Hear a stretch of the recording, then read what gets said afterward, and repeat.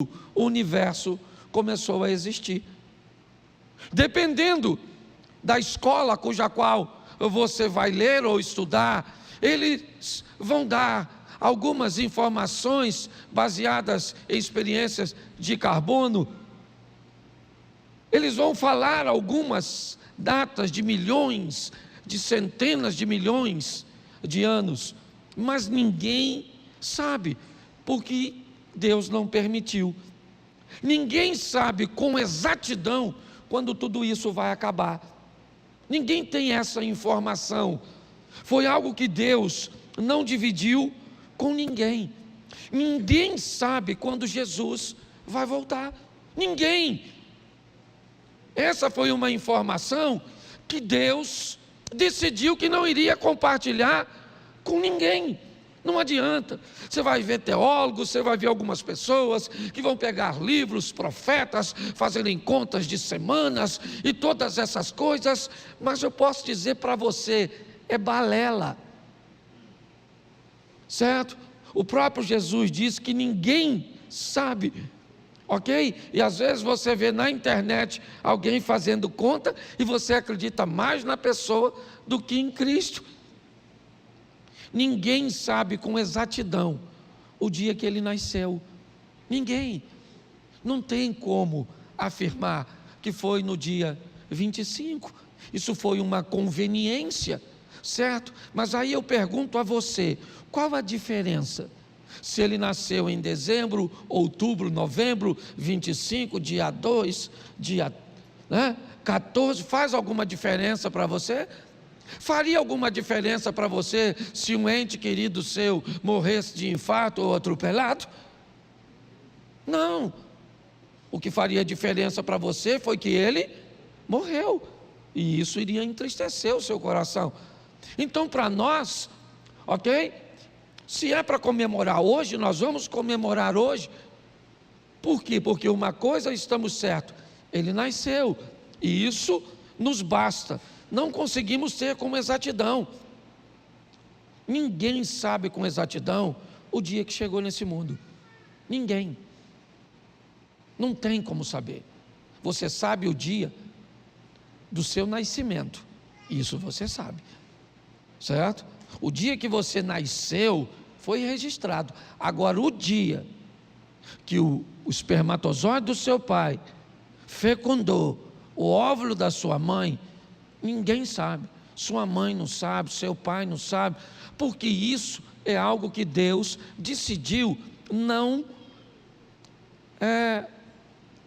dar essa informação a ninguém. Ninguém sabe o dia de sua morte, ninguém sabe. Você pode agora disparar uma arma no seu ouvido, isso não garante a você que você vai morrer, não garante, porque Deus não dividiu, ou seja, algumas coisas, certo? Nós não saberemos com exatidão.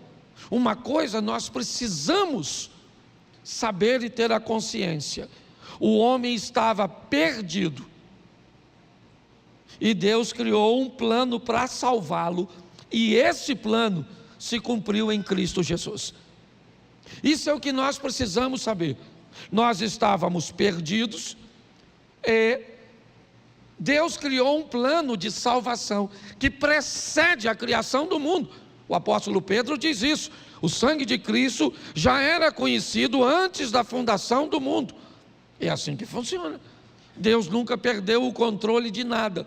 Mas é importante que venhamos entender que o processo de redenção, certo? Ele foi estabelecido, fundamentado e se cumpriu em Cristo Jesus. Eu preciso te dizer algo que também é muito complexo e que hoje não vem, não vale tratar aqui. Mas se você é daquela pessoa que não acredita que a história começou por Adão, não faz nenhum sentido você acreditar em Cristo, certo? Porque a Bíblia diz que ele é o segundo Adão. O pecado entra por um homem e sai também por um homem, ok? Mas é importante nós entendermos isso. Então, o sistema de salvação era formado basicamente por 3 estruturas. Primeiro, aquele que precisava ser salvo, o pecador, Ok? Então nós precisávamos criar a estrutura e precisamos que há um pecador que precisa ser salvo, e que ele será salvo através de um sacrifício, mas esse sacrifício precisaria ser feito por um homem. Olha só, nós temos o pecador, o sacrifício e o sacerdote. É assim que funcionava. Mas aí você deve perguntar, né? Se tiver um pouquinho de esclarecimento, deve perguntar: mas espera aí, pastor, que história é essa? Um homem fazendo sacrifício para salvar outro homem? Mas que história é essa? Bom, quando nós lemos Levítico, nós aprendemos algo. Dá para colocar na tela? Levítico 16, 6. Levítico capítulo 16, verso 6. Coloca, por favor. É importante nós entendermos isso. Peguei desprevenido aí? Levítico 16, 6. Se não der, é só me sinalizar, não dá, e eu leio aqui. Isso. Olha só. Arão trará o novilho, ou o novilho, da sua oferta, né, pelo pecado, e fará expiação por si e pela sua. Então preste atenção. Para que o sistema funcionasse, o sacerdote fazia um sacrifício por si mesmo, ok? Ele precisava se purificar, ele precisava ter seu pecado perdoado para oferecer um sacrifício pelo perdão do pecado de outro, porque senão não haveria sentido um pecador oferecendo sacrifício para outro pecador. Não era assim que funcionava. Nós precisamos entender um processo que existia, que não tinha muito a ver com correção. Velho Testamento, certo? E lei não tinha a ver com transformação, tinha a ver com perdão de pecados. Era só isso. Não havia proposta no casamento, no Velho Testamento, para mudar as pessoas em si, pelo menos de uma forma enfática. Não existe. Por isso que na grande maioria das vezes que olhamos o Velho Testamento, pouquíssimas vezes vemos ambientes que oferecem transformação, que oferecem mudanças, porque a função da lei, me parece, não era essa, ou pelo menos a do sacrifício. A da lei até era trazer transformação a partir apenas do ensino. Diga para eles o tempo inteiro o que é certo, e vamos criar a expectativa de que eles vão fazer o que é certo. E se não fizerem, o novilho paga o preço por isso, e o homem está perdoado. Era mais ou menos isso. Então nós precisaríamos que o sacerdote, ele oferecesse o sacrifício por si mesmo, ok? E é exatamente o que vai acontecer com Cristo. Eu não sei se você parou para pensar em algumas coisas, mas coloca João 10, 18. Dá uma olhada nesse texto. Aliás, eu acho que vale a pena você marcar os textos e depois dar uma olhada. João, capítulo 10, verso 18. Isso. Ninguém tira a minha vida, pelo contrário, eu espontaneamente a dou. Tenho autoridade para entregá-la, também para reavê-la, certo? Este mandato recebi do meu Pai. Preste atenção, porque Jesus está dizendo algo muito forte.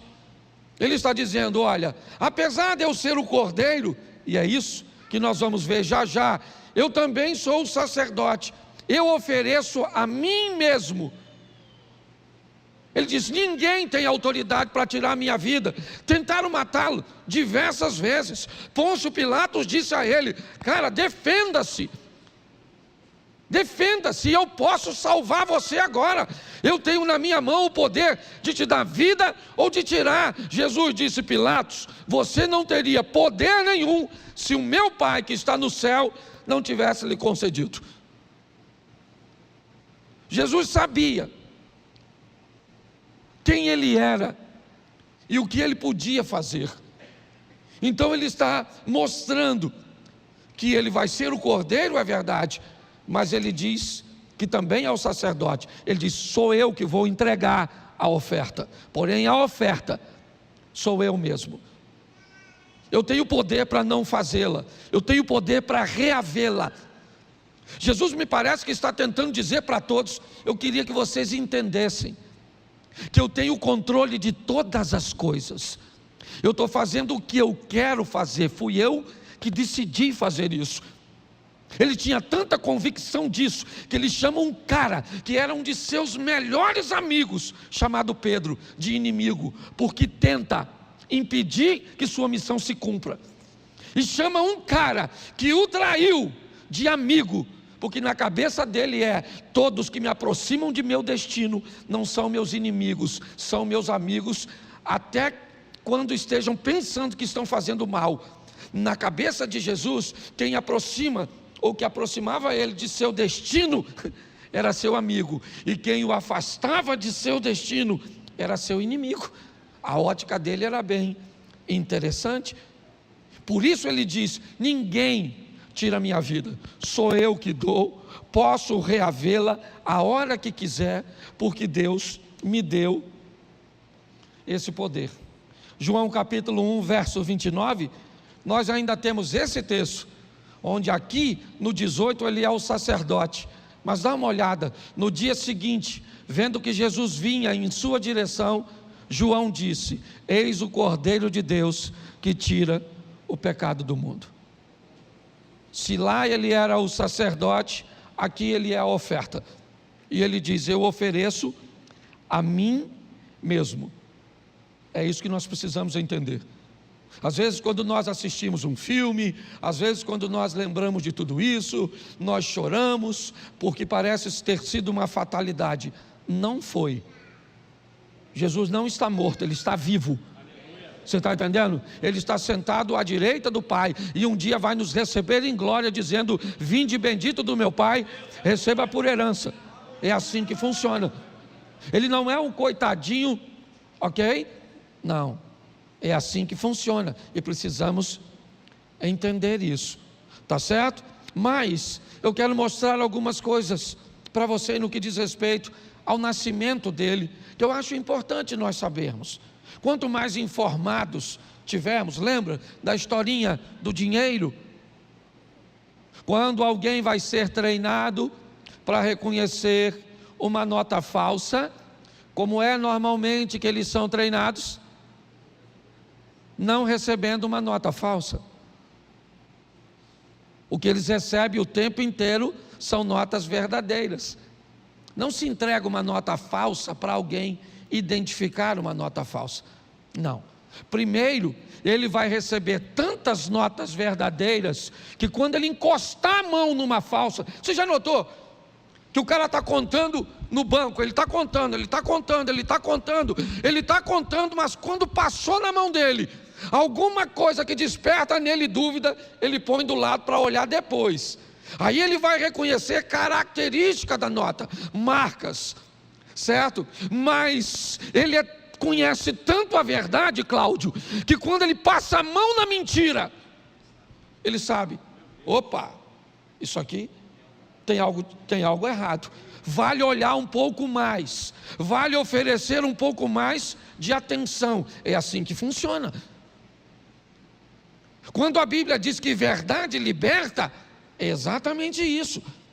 Quanto mais preparado você estiver com a verdade, todas as vezes que a mentira aparecer, e pior, tem algo pior do que a mentira, o que é? A meia verdade, certo? A meia verdade, ela é uma mentira disfarçada, e nós precisamos entender isso. Então, quero só te dar algumas informações. Primeiro, é o ambiente profético que Jesus vai nascer, ok? Agora, final do ano é muito comum The History Channel, National Geographic e outras, né? Discovery, começar a fazer algumas matérias relacionadas a Jesus Cristo, seus discípulos, Maria Madalena e tantas outras coisas. E eu sei que os crentes ficam vendo isso, não lê a Bíblia, mas lê, entendeu? Aí o cara esse dia veio falar comigo: pastor, o senhor soube que Jesus casou? Eu falei: soube não, fui convidado não. Ele falou: ouvi uma reportagem que ele casou com a Madalena, a Maria Madalena. Eu falei: sério? Eu nunca vi isso na Bíblia não. Ele falou: não está na Bíblia não, o pessoal achou. Eu falei: nossa, muita irresponsabilidade de Jesus. Ele falou: por quê? Eu falei: porque, poxa, o cara começa o ministério com 30, sabe que vai morrer com 33, ainda vai casar para deixar uma viúva? Jesus tinha cabeça não. Falaram que ele tinha filho também, falou. Falei: ai, já ficou órfão. Falei: ô amigo, com todo respeito, vá para o inferno, que eu tenho mais o que fazer. Falei mesmo, entendeu? E mandei, lógico que foi no sentido figurado, não foi no sentido literal. Tá certo? Porque as pessoas não sabem nada. Quer ver? Quem aqui já ouviu falar que tinha 3 reis magos? Pois é, está onde? Ama sua Bíblia e me diz onde é que tem 3 reis magos. A Bíblia só diz que são 3 presentes, que eu vou falar já já, que podia ser um cara só que levou 3, não era um só, porque a Bíblia já utiliza o termo plural. Mas as pessoas não vai ler. Aí igual o ladrão na cruz, porque tinha 2 ladrões, um bom e um ruim. O que é um ladrão bom? O cara que roubou seu carro, mas te deixa em casa. Deve ser um ladrão bom, não é verdade? Ou te roubou o carro, mas deu dinheiro da passagem. Então, quanto mais nós conhecemos a verdade, menos teremos condições de ser enganados pela mentira. Posso ouvir um amém?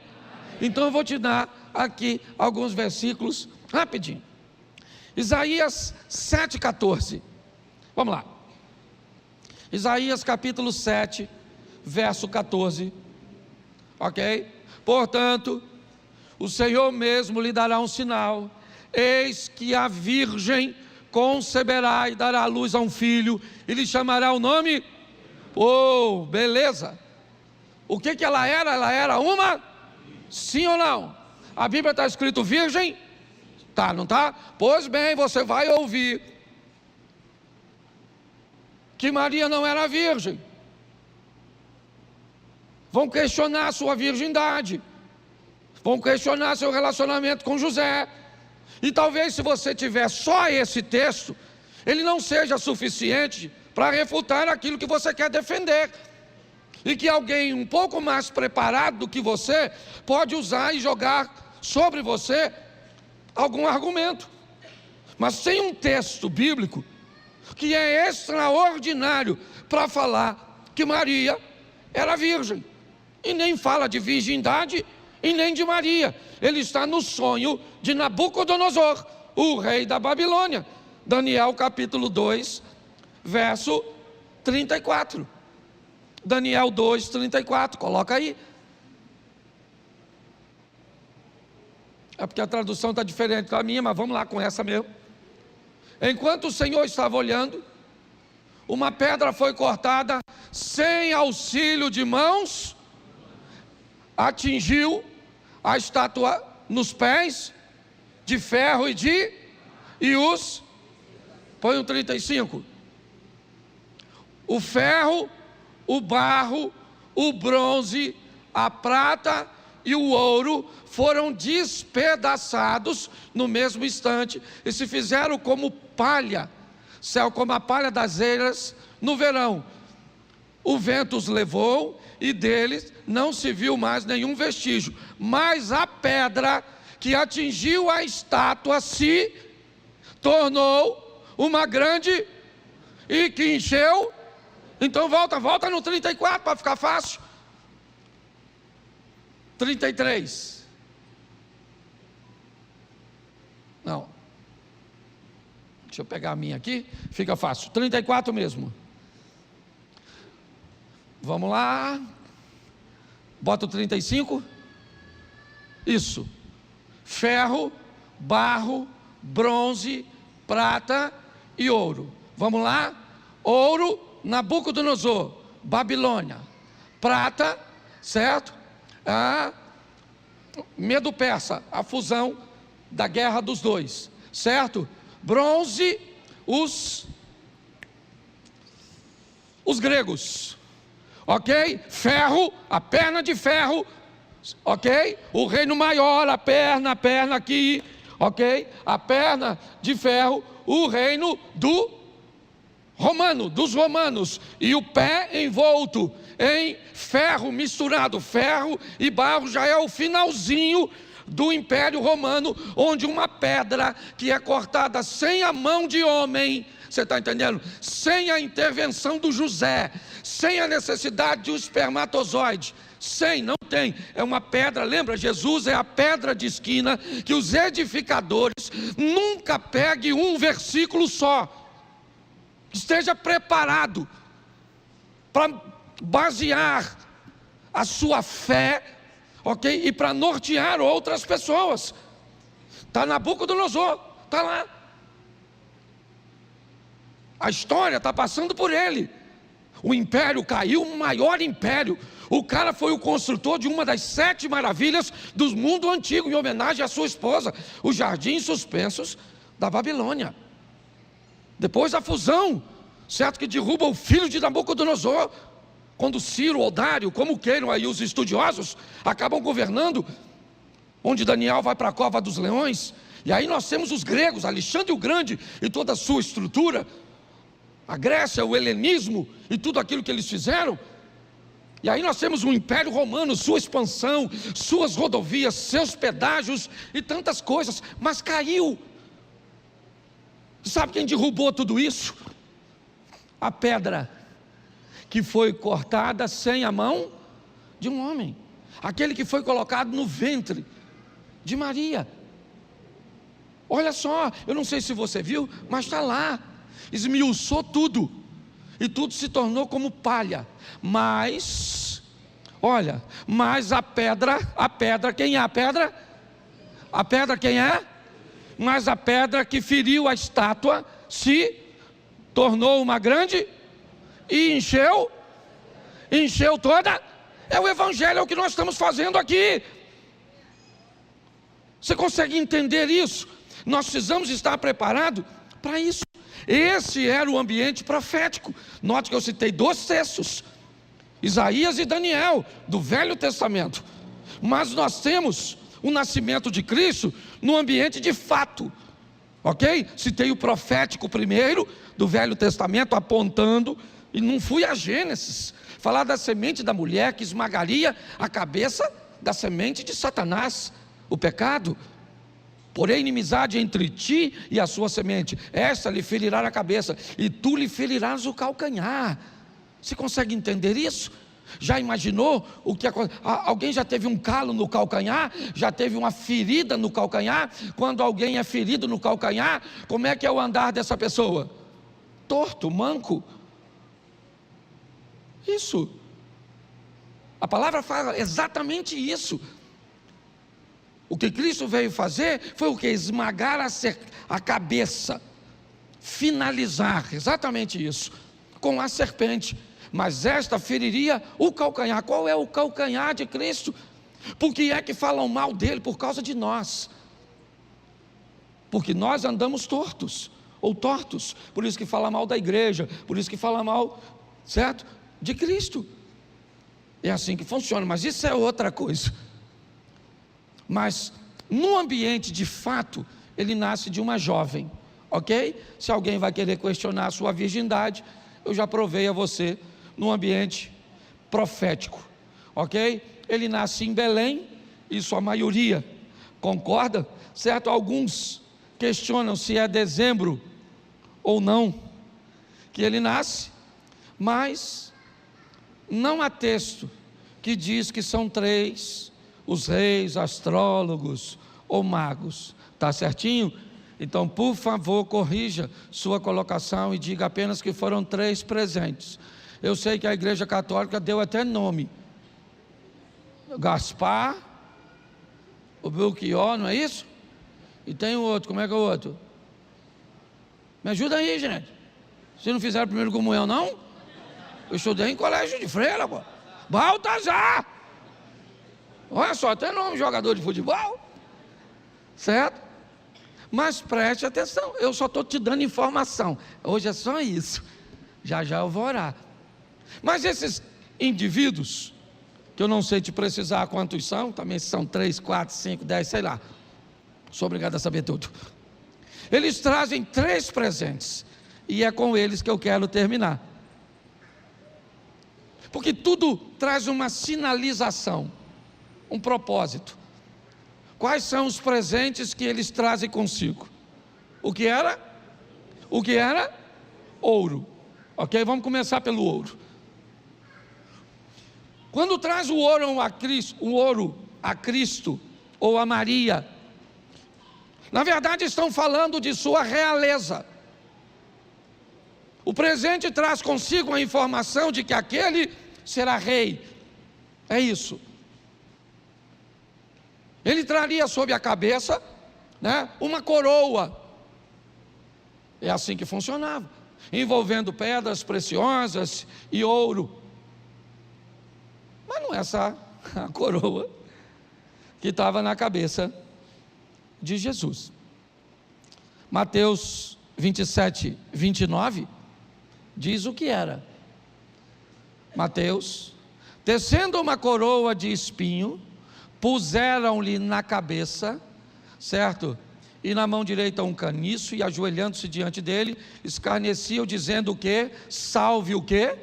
Salve o rei dos judeus, que tem na cabeça uma coroa de espinhos. Olha bem, de presente assim que nasce ele ganha ouro, dizendo que ele é rei. Pelo menos isso é o que é um rei para o ser humano. O rei para o ser humano é o cara que tem grana, que tem casa, que tem carro, que tem uma conta. Esse é o todo-poderoso, é o monarca. Mas Jesus não é o rei dessa terra, simplesmente. Por isso a coroa que está na cabeça dele não é de ouro, e é fácil de saber por quê. É só olhar Gênesis 3:18. Vamos lá. Gênesis 3:18. Essa tradução é ruim, hein? Vou ficar com a minha.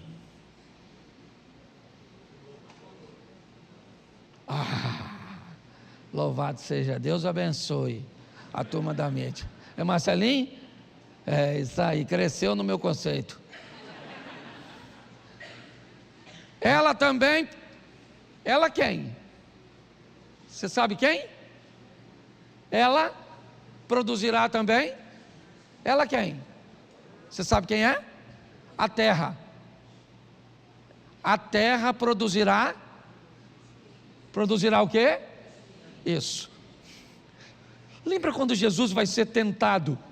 E a proposta de Satanás para ele na última é: se prostrados me adorares, se me reconhecer como rei, tudo isso, ou toda a terra, todos os reinos, eu te dou. O que o diabo está dizendo?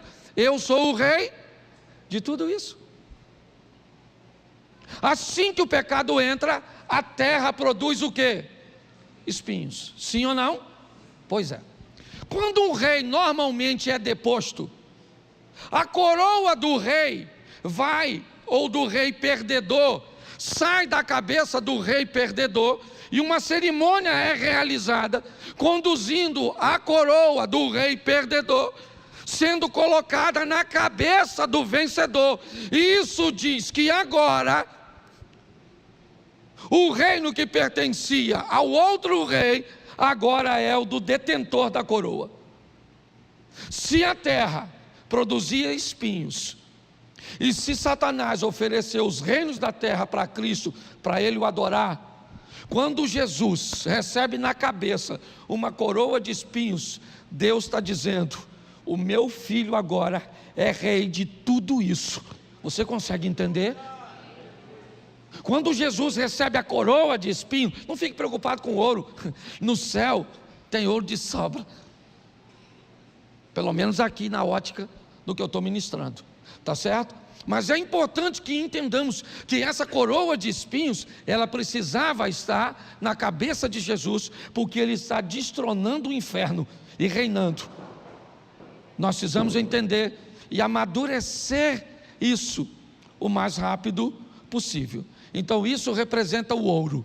Eu já vou terminar já, certo? O segundo presente qual é? O incenso. Ok? Jesus recebe, ou Maria e José recebe um incenso como presente. O ouro determina sua realeza, diz que ele vai ser rei. Mas o incenso representa a sua espiritualidade e seu sacerdócio. O incenso, na verdade, traz, a figura de um sumo sacerdote, de alguém que é espiritual. João, olha só, capítulo 16, verso 33, diz, João 16, 33, falei essas coisas para que em mim vocês tenham, no mundo vocês passarão, mas eu preste atenção, ao contrário da lei, Jesus é a manifestação da graça. Lembra, a lei era só correção, a lei era só disciplina, a lei não oferecia transformação para as pessoas, não. Mas quando Jesus se manifesta, ele é a manifestação da graça para duas coisas, segura aí, crente, porque nós vamos rever. Eu disse que é o ano da revisão. Nós vivemos até aqui escutando todas as vezes que a palavra graça era dita, ela sempre vinha acompanhada de um favor imerecido, sim ou não? Graça é um favor que não se merece, mas se recebe, sim ou não? Vamos rever isso. Não está errado não. Nós só temos que aprender que às vezes uma mensagem incompleta pode produzir muitos danos. Quando alguém diz assim, Deus não permitiria que ninguém fosse para o inferno, porque Deus é amor. Já ouviu isso? Deus é amor, sim ou não? Sim. É mentira isso? Está completo? Não. Deus é amor, mas também é justiça, também é fogo consumidor. Então é importante entendermos isso. A palavra graça que Cristo trouxe, ele é a manifestação da graça. Ele veio para resolver um problema que a lei não resolveu. Por isso que ele diz, eu não vim destruir a lei, eu vim cumpri-la. Mas a graça também significa poder para vencer o pecado. Foi isso que não me disseram. Sempre me disseram que eu podia lutar com todas as minhas forças, sabe? E a graça cobriria o restante. Mas quando Jesus disse para a mulher adúltera em João 8, vá e não peques mais, ele está mentindo, brincando ou está falando a verdade? Então como é que ele está falando a verdade e diz para uma mulher que era adúltera, vá e não peques mais? Como é que eu não vou pecar mais, se eu sou falho? Pois é, você pode ser falho, mas se você encontrar a graça é um poder capacitador para nos livrar do cativeiro do pecado. Você consegue entender isso? Essa semana veio algo na minha mente que me chamou muita atenção. todos estão com Cristo, sim ou não? Sim, estarei convosco todos os dias, até a consumação dos... Isso, estarei convosco. Quando nós falamos isso, nós entendemos que Cristo está com todos, mas não em todos. Essa é a grande questão. Ah, Jesus está comigo. Claro que está. Jesus está em mim. Então eu preciso dar uma olhada em você direito, para ver se você se parece com Ele. É muito diferente estar contigo ou estar em você. Vamos aqui? Suponhamos que você subtraiu o meu relógio, e eu sei que é você. Então eu vou falar com você. Você roubou meu relógio. E ele diz assim: me revista.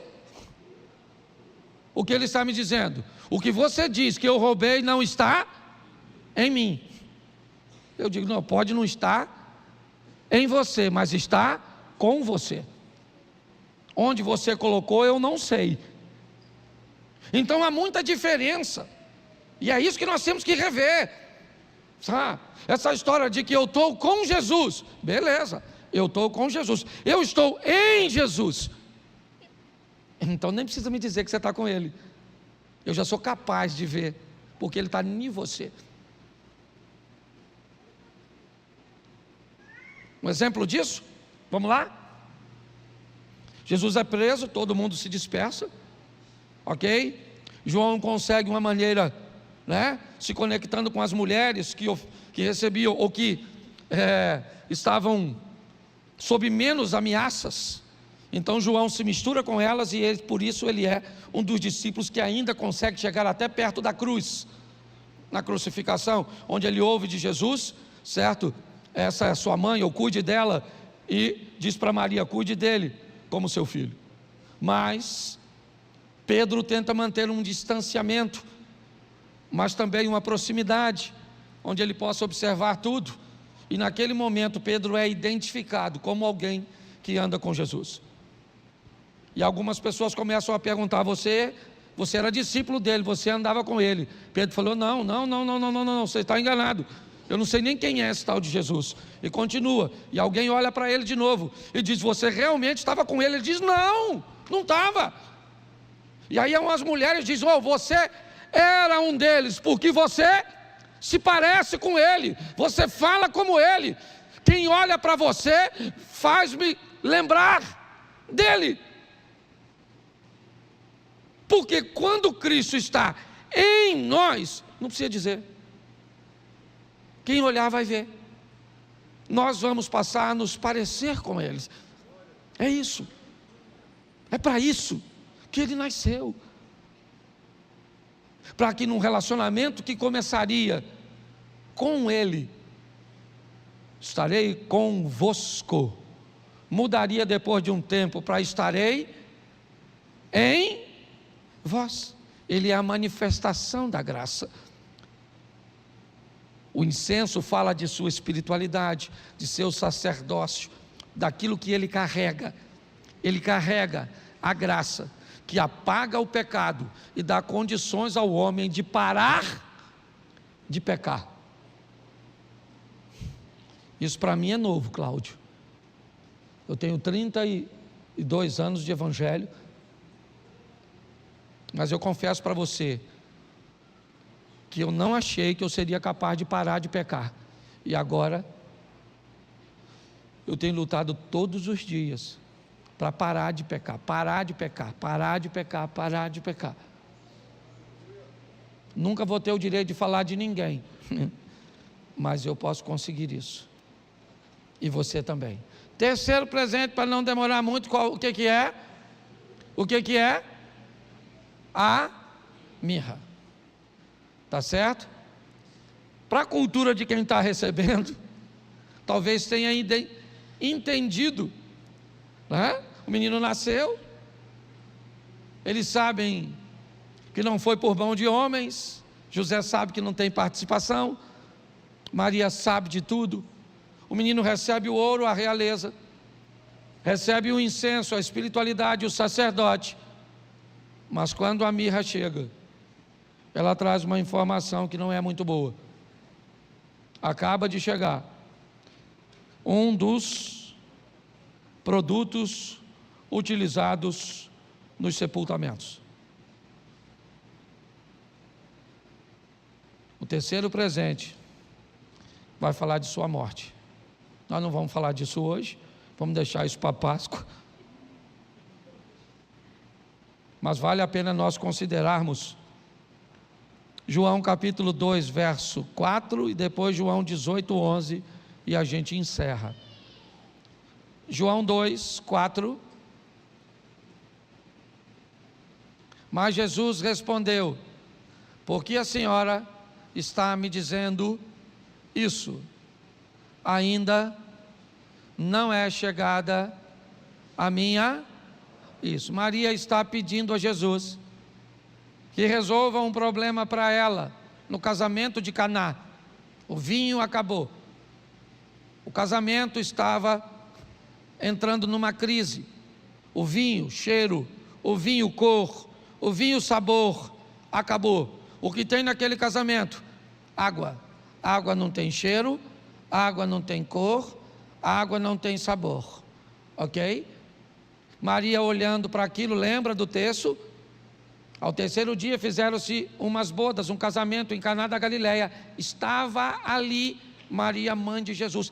Estava ali Maria, mãe de Jesus. E também foi convidado Jesus e seus discípulos.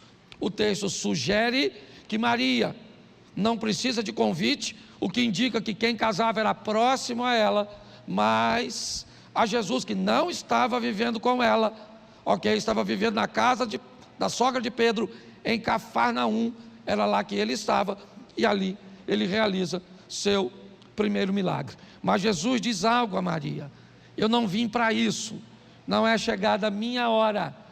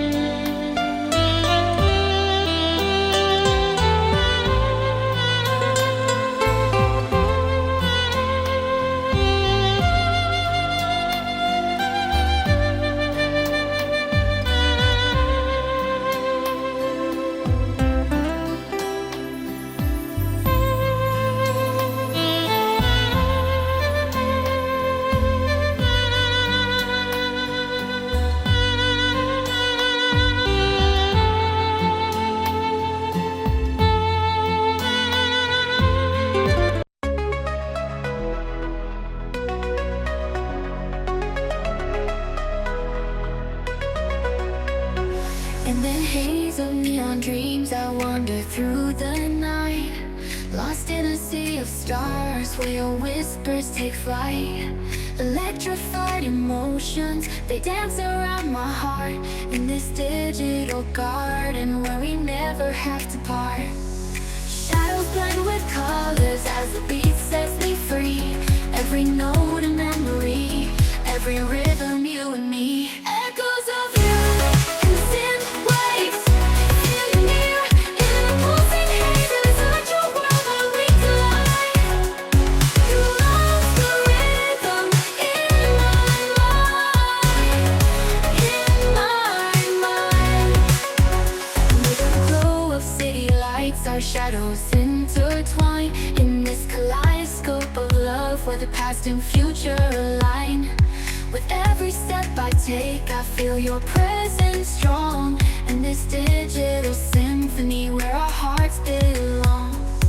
Shadows blend with colors as the beat sets me free. Every note a memory, every rhythm you and me. Echoes of you in synth waves, feel you near in the pulsing haze. It's such a world where we collide. You love the rhythm in my mind. And in silence between the beats I find your voice.